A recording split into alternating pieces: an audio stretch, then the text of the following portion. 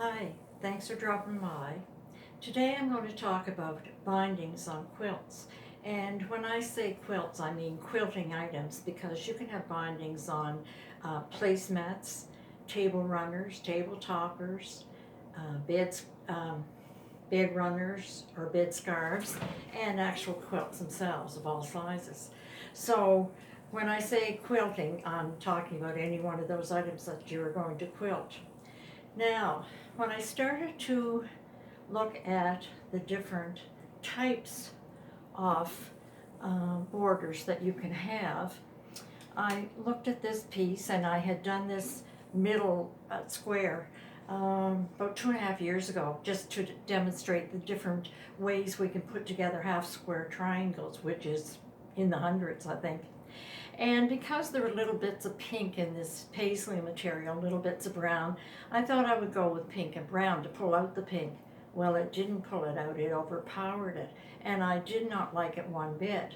So I set it aside. And when I put the paisley with beige, look at the difference.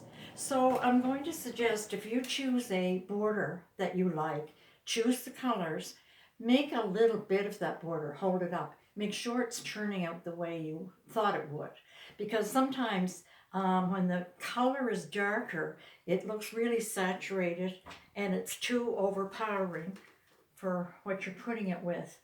And maybe that would have been okay, but no, this is the way I want to go.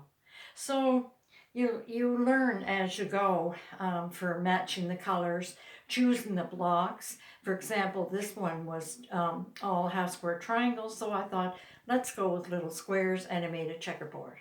So you might want to extend the half square triangles and do a different design with them, but I thought, no, we have enough in here, let's go with the squares, and the checkerboard was the clear answer for me.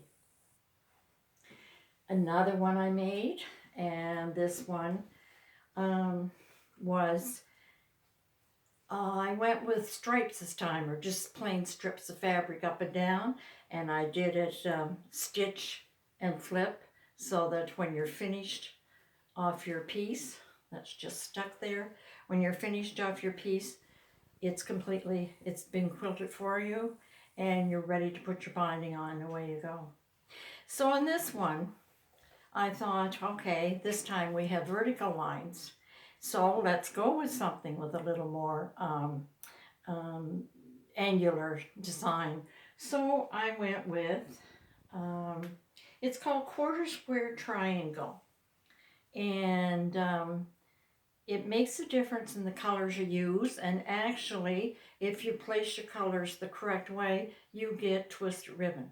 So this one square is either called quarter square triangle, or when they're placed in the way that they look like it, it is also a twisted ribbon. So on this side, I put the green on the outside, and it looks as though the brown is continued into the border. I kind of like that design. Then I wanted to try it just so you would see, and made the different color along the border, and it made a definite distinction between the border and the piece itself. So you can decide which you like, and if you were making a quilt, of course, this would continue all the way around your quilt. Um, so I had half square triangles, and I thought, well, let's try a different design. So I put a darker green with it, and we could have sawtooth using half square triangles again. You might want to go with that. So test a few colors and you don't need to make the whole side, make a couple and just see what you think. I made half square triangles using the tan and the white, only this time I turned every second one and I got like a barber pole. So half square triangles really are included in a lot of different quilt blocks, but they can also, when you're making a block, turn it around a bit. You'd be surprised how many different ideas you can get from that one block. These were kind of cute, I thought. The quarter square triangle, I was just going to show you how to make one. You start a half square triangle, you take two different pieces of fabric, squares, line it up, put a line in the middle, so a quarter inch either side, and when you cut it down, you have 2 half square triangles, 2 like that. So if you take 1 half square triangle, take a same size square, put them right sides together, draw your line in the back, but this time you're going up and down across the seam you already have. Do the same thing, sew on either side, and when you cut it and open it up, oops, I didn't put that right sides together. It's getting late in the afternoon, it's harder to see this the cream gray. Okay, let's do this again. When you sew them together, up and down, and you cut it, you are going to end up with your quarter square triangle, or the half of the half square and half of a full one, and it's also your twisted ribbon. So that's a great idea. It's surprising how many blocks we can get if we turn them around and up and down and sideways and everything else. So I made a few. I'm going to make placemats, but I didn't complete them because I wanted to talk about some of the borders that we could put on them. And in this one, if you just want the tiny border on the side, then you can consider yourself finished. I'm just going to make the center a plain 12.5-inch block, and I'm going to put border on each side. Now, if I was making a quilt, of course, you're going to have some piecework in here and whatnot. But I thought, okay, here's one with a plain gray. You can put one border. If you wanted to, you can draw out another color and have your 2 borders.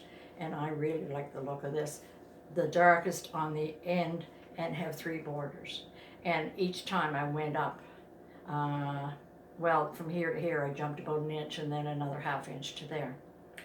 Now, I did read general rule of thumb for the width of borders that you're going to use on wall hangings or on something smaller.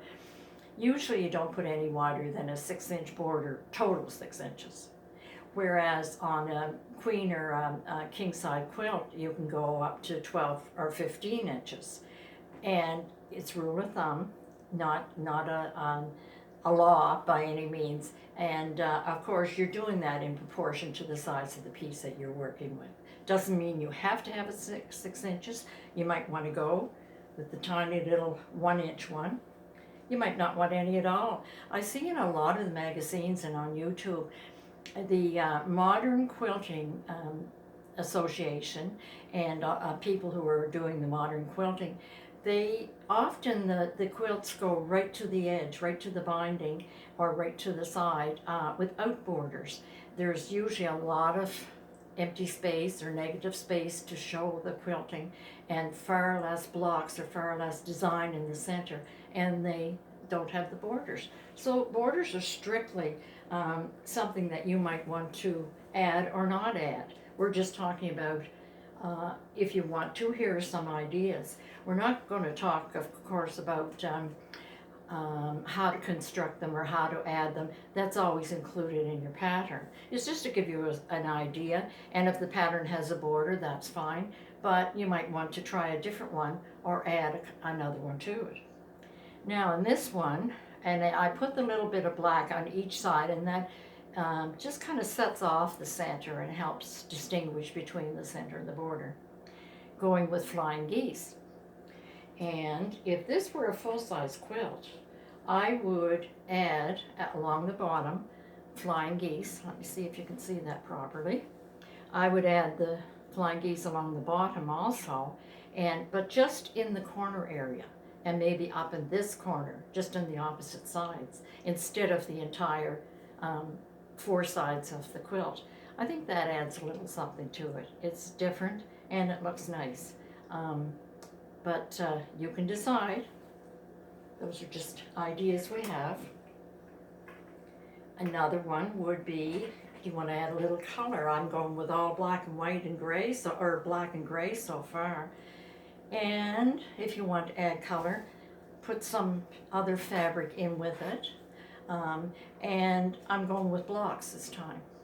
And no particular reason. This is kind of swirly and swishy, so the blocks kind of offset it. And I looked at the blocks and I thought, that's quite nice. What else can I get out of a block? So I cut every second one and I made piano keys. So we can also go with piano keys and you can decide which one you prefer. So if you want to add color and add a angular design to it, you can go with those two different ones.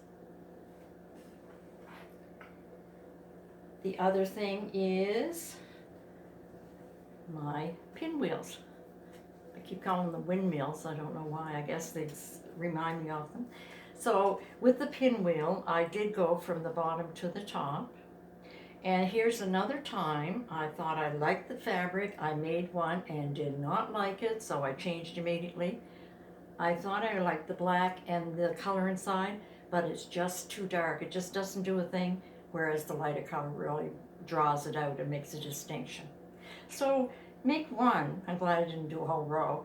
Make one first and see is that what you want, and when you see the difference, you'll decide immediately. You'll see right away which one you're looking at and which one you like. And my friend in crime, Marlene, of course, gave us some examples, and she completed hers. Hers are placemats, and she completed the one she was looking at. These are lovely. And in this one, she had stripes or strips of fabric, and she went with a square in a square. I was going to say diamonds because they look like it from a distance. A square in a square. And it makes a lovely finish, doesn't it? And basically it is one larger square, 4 smaller ones, and you're sewing each smaller square to the corner of the larger square, and you end up, it's almost like a snowball idea, but you go in much further and you end up with the squares. Now for the corners, you have this tiny little half squares to put on each one, of course. But that's very nice looking, the square in the square. A second one she did was Friendship Star. And for these she did, like I mentioned in one of mine, and just put it in the center. She didn't go all the way from top to bottom. This is a good idea if your blocks are not the same length unfinished as your piece is. You don't have to try and adjust them and fudge around and use some fancy words and try and fix it. Make your few blocks in the middle, and then you add however much you need to finish the entire piece. So putting them in the center or at each end, as I did on one, you also have that plain piece of fabric that you're working with, and you can adjust the size according to your measurements of your quilted piece. Now, she did this pretty one. I like this. Well, I like them all. Rectangles and squares. And that's a cute one. And that is, for these particular ones, they're pretty tiny, but your rectangle, her rectangles were all white, so her rectangles are 2 by 6, and the little blue is 2 by 2. So you could have, I would think, I didn't make it, but it looks like you could probably have a 6-inch wide piece of white fabric, 2-inch wide of the blue, and cut it accordingly and sew it together. That makes a really pretty finish. Make one of each one. Really play with it. I said to some people, I think I might make a runner, and it's only going to be borders. I'll make one row of each border. And when I sat down, Jane McDonald said to me, when you make your runner of borders, are you going to put a border on it? That was a good one. I hadn't thought of that. She was really on the ball. In this one, she has sawtooth, and I happen to make one of those also, and it's half square triangles, sewn one after the other. You know, the simple half square triangle can really look nice, doesn't it? Depend on the color, depending on where you place it. I think that's a lovely finish. Again, she took the half square triangles. She was really listening when we did that session. And turned each one the opposite way, sew 2 rows together, and she got a zigzag. So you can even, any block that you like, if you can cut it down, if you're making something small, or if it looks okay with the quilt you made. Remember, these are all very plain centers, because we were focusing on the border. But if your quilt is fairly not completely filled with blocks, or every block very distinctive, um, the borders add to it, and you can really go to town on the type of border you want to use. If you're if it's very heavily figured, then you might want to go with something plainer. If it's fairly plain, you might want to go with one that's really stands out. So you have to look at what you're doing and what you intend to be doing, but be careful that you do like it. Only make a little bit in case it's not what you thought it was before you add it. Another one I looked at, this was the wall hanging I did a couple of years ago, paper piecing, and the only border I put on was just a plain one strip of fabric, but because the fabric had a design and it pulled out the colors that were in the wall hanging, that makes a good border too. Your border doesn't always have to be a quilt block. It can be a carefully chosen piece of fabric that blends well with what's in your quilt or your quilted piece. So that's just an idea of some of the things you can make, and to make you think. I don't often see things about borders, and I thought, well, they really finish a quilt sometimes. They really add a little bit of oomph to it, and I really like the ones where you just put your design in the middle of each side, or along the top and corner of 2 sides.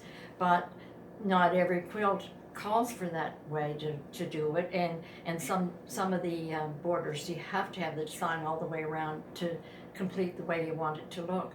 So you decide, do you want a plain border? Do you just want not just a piece of fabric? Do you want a piece of fabric? Choose it well so that you don't have to do blocks. Maybe that blocks will be too much if I put them with that, because I wanted the flowers to show, but I want a little bit of something to really make it stand out.